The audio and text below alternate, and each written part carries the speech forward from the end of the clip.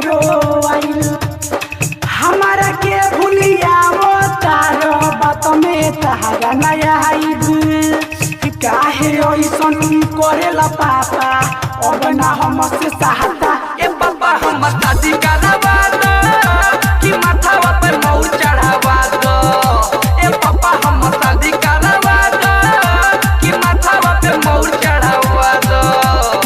ए पापा तहार शादी हो गई हमार कराइबा कि ना कराइबा? अरे चोटा तो ढोड़ी सुखलाई है रे।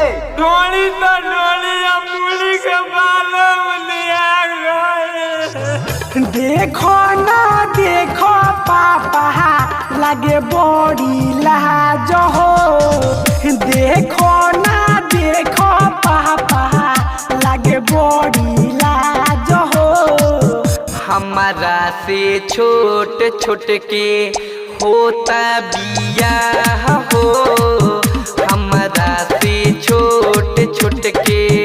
अरे दादा हम तो जानत रहनी कि हमार लड़का अभी बड़ी छोट बा रे तो सियान हो गई बा। अच्छा रुक रुक हबरो मत असो के लगन में पहुंच से लिया के तोरा माथा पर मऊ चढ़वाइए देता नहीं। हाँ तो ठीक है बा होई सुनो।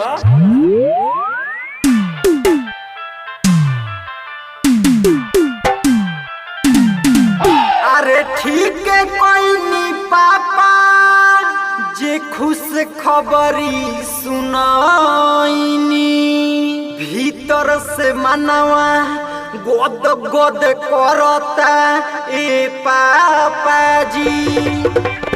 ओइसन बतिया देनी बताई दिल गद गद होता है पापा जी ओइसन बतिया देनी बताई दिल गद गद करता पापा जी।